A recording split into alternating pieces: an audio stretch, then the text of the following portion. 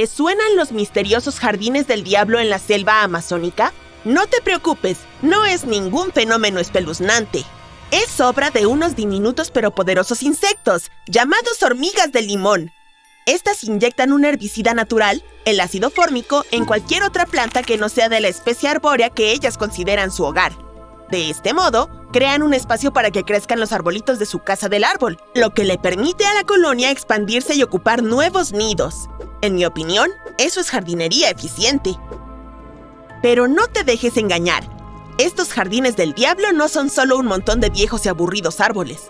De hecho, son anomalías botánicas que crecen muy lentamente cada año, y algunos tienen más de 800 años. ¿Quién iba a decir que las hormigas podían crear estructuras tan impresionantes y duraderas? Por supuesto, la selva tropical sigue siendo uno de los ecosistemas más diversos de la Tierra, con una notable diversidad de vida vegetal. Sin embargo, es fascinante ver el control que las hormigas pueden tener sobre su entorno, creando estructuras de una sola especie en un ecosistema tan complejo.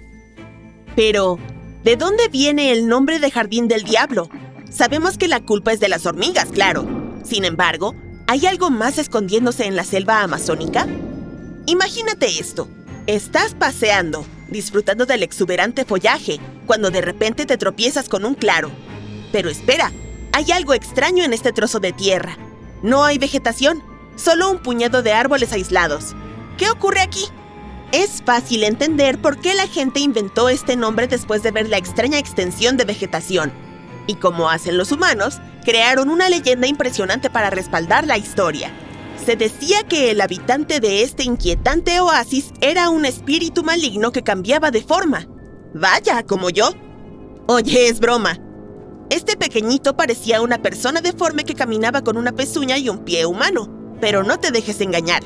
Supuestamente tenía un montón de trucos bajo la manga, incluida la capacidad de transformarse en alguien que conoces y llevarte por el camino de la perdición. Por supuesto que esto no es más que un mito, pero hay que reconocer que suena bastante convincente, ¿verdad?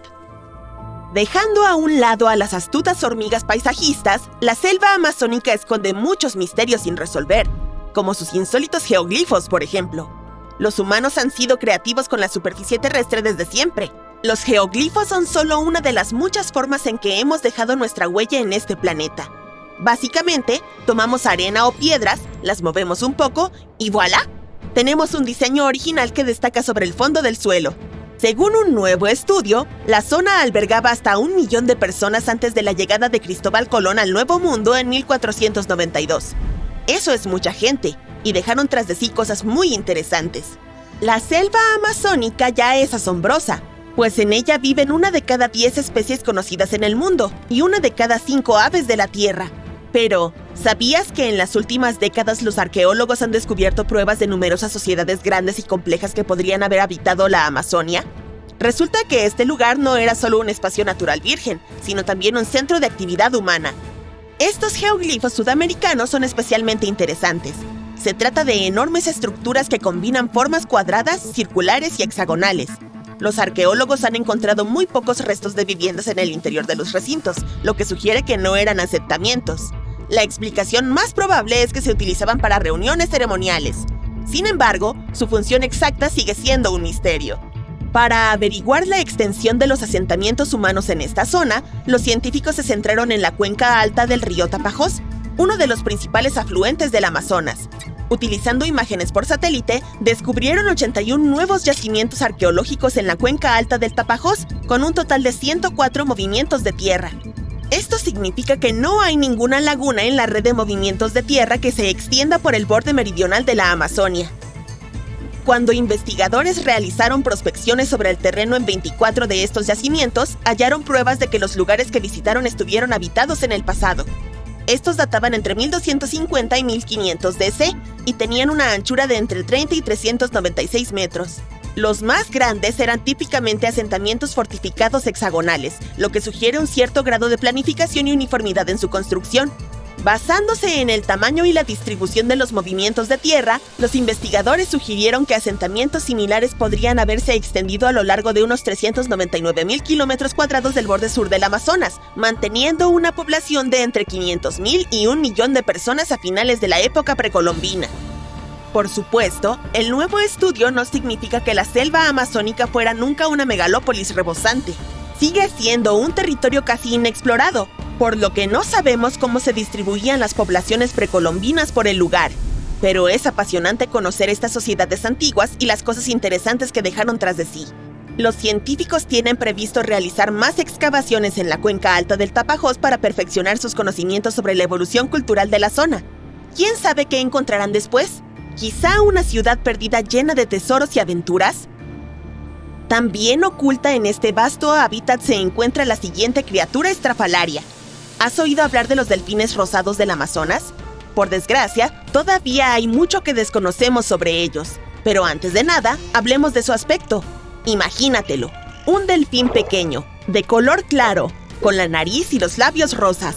Son como la Barbie de los delfines. Aparte de eso, parecen delfines normales, con cuerpos regordetes, frentes bulbosas, hocicos delgados, mejillas regordetas y ojos pequeños. Se encuentran en países como Bolivia, Brasil, Colombia y Perú. También son la única especie de delfín de río presente en el Amazonas. Por desgracia, estos pequeñajos son oficialmente especies en peligro crítico de extinción, por lo que no hay muchos ejemplares disponibles que los científicos puedan estudiar.